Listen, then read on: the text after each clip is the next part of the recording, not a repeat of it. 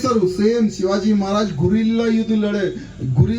Gorilla యుద్ధ చేసే ఛత్రపతి శివాజీ మహారాజ్ తమ్ముళ్ళ ఆయనకి పహాడికా చువా అనేది అంటే మొత్తం కొండల పైన ఉండేది, కింద వచ్చి సంపి మళ్ళా కొండల పైన వెళ్ళేది, పహాడికా చువా ఆ సమయంలో అనేది. అప్పుడు అఫ్జల్ ఖాన్ థకాంచి ఛత్రపతి శివాజీ మహారాజ్కు ఒక లేఖ రాస్తాడు, ఏ శివాజీ ఒకసారి కలుద్దాం, ఒకసారి మనం మాట్లాడదాం, నువ్వు రా. శివాజీ మహారాజ్ అప్పుడే ప్లాన్ చేసుకుంటారు, వచ్చిండ్రా ఈ ఎలక వచ్చిండు. శివాజీ మహారాజ్ కూడా ఒక లేఖ రాస్తారు, అఫ్జల్ ఖాన్ జీ మీకు చూసి కానీ మీ సైనికులు చూసి కానీ నేను చాలా భయపడుతున్నాను, కానీ మీకు చూసి నేను భయపడుతున్నాను, నేను ఒక ప్లేస్ చెప్తా అక్కడ మనం కలుద్దాం, ప్రతాప్గఢ్ కిల్లా కింద, ఫోర్ట్ కింద. కానీ అఫ్జల్ ఖాన్ గారు మీ సైన్యం చాలా స్ట్రాంగ్ ఉన్నది, మీ నుంచి నలుగురు నా నుంచి నలుగురు సైనికులు ఒక టెంట్ వ్యవస్థ నేనే చేస్తా, మొత్తం గ్రాండ్ వ్యవస్థ చేస్తా, అక్కడ రండి. అఫ్జల్ ఖాన్ ఆ పోయిన తర్వాత ఔరంగజేబు దీపావళి చేసుకుంటూ సంబరాలు చేసుకుంటూ, ఎవరు లేరు ఇప్పుడు, నాకు ఎవరు ఆపలది లేరు, ఇప్పుడు యావత్ భారతదేశానికి ఇస్లామిక్ కంట్రీగా నేను చేస్తాను, ఇస్లామిక్ దేశాన్ని నేను మారేస్తాను, ప్రతి ఒక్క హిందూని కన్వర్ట్ చేస్తాను, ఆ విధంగా ఆలోచన పెట్టు. కానీ ఆయన మర్చిపోయిండు ఇంకొక మొగాడు ఉన్నాడని, సంభాజీ మహారాజ్ తమ్ముళ్ళారా. సంభాజీ మహారాజ్ కూడా ఛత్రపతి శివాజీ మహారాజ్ కన్నా డేంజర్ వ్యక్తి. 120 యుద్ధం చేసిండు సంభాజీ మహారాజ్, ఒక్క యుద్ధం కూడా ఓడిపోలే. చావా మూవీ ఎంతమంది చూసినారు ఇక్కడ.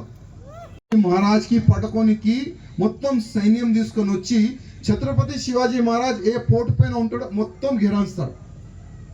దాదాపు 3 సంవత్సరం ఛత్రపతి శివాజీ మహారాజ్ కి ఆ కిలా పైన బందీ చేస్తాడు. ఆయన బయటికి వెళ్ళాలంటే 4 డోర్లు ఉంటది, ఆ 4 డోర్లు కాడ మొత్తం సైనికులు. ఆ విధంగా ఛత్రపతి శివాజీ మహారాజ్ కి అక్కడ లాక్ చేస్తాడు. ఆయన శివాజీ మహారాజ్ బయటికి రాడు. 3 సంవత్సరం అయిపోయింది. సాయిస్తీ ఖాన్ ఆలోచన చేస్తారు, ఎట్లా శివాజీ బయటికి రావాలి, ఆయనకి పట్టుకోవాలి, నేను ఔరంగజేబు ముందు శివాజీకి పెట్టాలి, నేను చాలా గొప్ప వ్యక్తి అనేది నేను ప్రూవ్ చేయాలి. శివాజీ వస్తలేడు, ఏం చేయాలి, శివాజీకి వీక్ పాయింట్ ఏమున్నది తెలుసుకుంటారు. శివాజీకి 2 వీక్ పాయింట్లు, హిందూ గుళ్ళు, గోమాతలు, హిందువులు. అందరిపైన దాడి స్టార్ట్ చేస్తారు ఈ సాయిస్తీ ఖాన్. హిందూ అమ్మాయిలకి మానభంగాలు చేపిస్తారు, మన గుళ్ళకి అయినా పలగొడతారు, హిందువుల పైన దౌర్జన్యం చేస్తారు. అది శివాజీ మహారాజ్ వరకు సందేశం వెళ్తుంది. సాయిస్తీ ఖాన్ని ఎట్లయినా మనం ఆయనకి జవాబు ఇవ్వాలి. ఛత్రపతి శివాజీ మహారాజ్ చాలా ప్లాన్తో నడిచే వ్యక్తి. అదే మన హిందూ కార్యకర్తలు గోమాత రక్షణ గురించి వెళ్తే ఫస్ట్ ఆయన ఎవరు సపోర్ట్ చేస్తారు తెలుసా? ఎవరు సపోర్ట్ చేస్తారు? ఆ కడుగోలుది.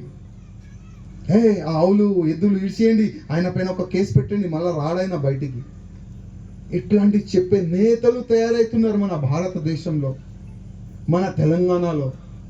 కొంతమంది అయితే పేరుకైనా ముందు ఏదేదో పేరు పెట్టుకుంటాం, దురదృష్టం అది. రాజకీయం ముఖ్యం కాదు. రాజకీయం ఎప్పుడు చేయాలి? ఎలక్షన్ కైనా ముందు 10 డేసా 15 డేసా, అది మీ మర్జీ.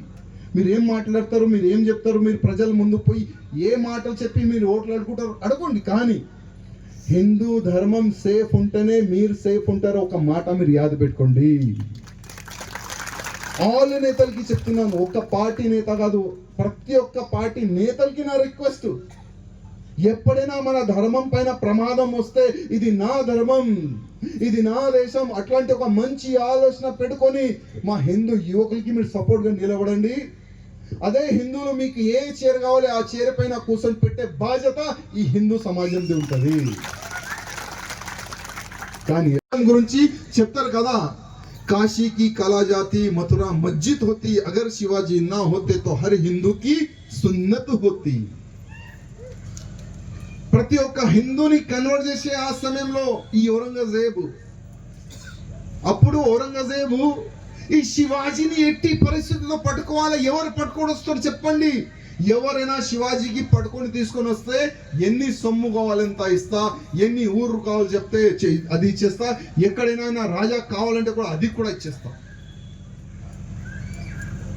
ఔరంగజేబు మామ ఈ సహిస్త్ ఖాన్ కి పిలుస్తాడు, అరే ఇక్కడ రారా భయ్, ఎవరు పోతుండు శివాజీకి పట్టుకోనికి, ఆయనకి శివాజీ చంపేస్తుండు, నువ్వు పట్టుకుంటావా? నేను పట్టుకుంటా, చెప్పు నీకు ఏం కావాలి? నాకు 10,000 మంది సైనికులు కావాలి, అది కూడా గుర్రం పైన నడిచే సైనికులు 20,000 కావాలి, అన్ని ఆదాయం కావాలి, అప్పుడు నేను పోయి శివాజీకి పట్టుకొని వస్తాను.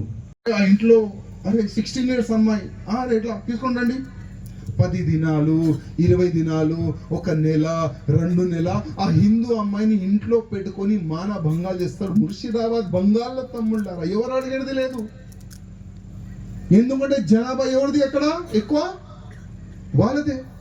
అందుకోసం చెప్తున్నాను, ఈ కాస్టిజం ని పక్క పెట్టిన తమ్ముళ్ళ, కాస్టిజం వల్లనే మన హిందూ సమాజం సర్వనాశనం అవుతుంది. ఇవాళ అందరు చెప్తున్నారు బటౌగే తో కటౌగే, మనం డైవర్డ్ అయితే 100% నెక్స్ట్ మనమే అనుకోండి. ఇంకోటి, ఈ వేదిక చాలా నాకు నచ్చింది.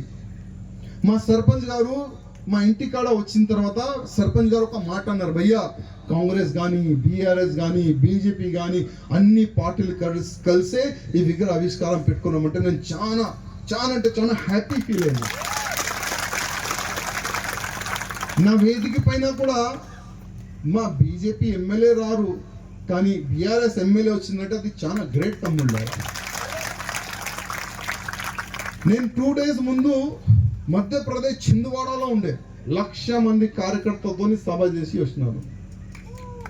అక్కడ యుద్ధం గురించి మనం చూస్తాం. మనం ఇప్పుడు ఒకప్పుడు భారతదేశం పైన టెర్రరిస్ట్ అటాక్ జరిగితే అప్పుడు ఉన్న ప్రధానమంత్రి గారు పాకిస్తాన్ కి లెటర్ రాసేది, లవ్ లెటర్ అంటారు మేమైతే. అప్పుడు లెటర్ రాసేది, అయ్యా మీ పాకిస్తాన్ నుంచి టెర్రరిస్ట్ వచ్చినారు, ఇక్కడ అమాయకులు ప్రజల పైన దాడి చేసినారు, చంపేసినారు, కొద్దిగా టెర్రరిస్ట్ వాళ్ళని మీరు పట్టుకొని మాకు ఇచ్చేయండి. ఎందుకంటే వాళ్ళు దాడి చేసేది మళ్ళా రిటర్న్ వెళ్ళేది. ఇప్పుడు జమానా చేంజ్ అయిపోయింది, కాలం చేంజ్ అయింది. ఇప్పుడు డైరెక్ట్ సర్జికల్ స్ట్రైక్, ఇప్పుడు డైరెక్ట్ ఎయిర్ స్ట్రైక్ జరుగుతుంది. बम का जवाब बारूद से दिया जा रहा है, గోలీ కా జవాబ్ రాకెట్ से दिया जा रहा है.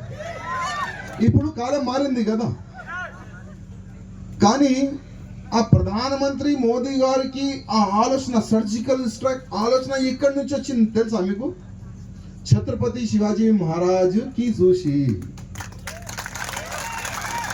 ఛత్రపతి శివాజీ మహారాజ్ యొక్క హిస్టరీ చెప్తా తమ్ముళ్ళ.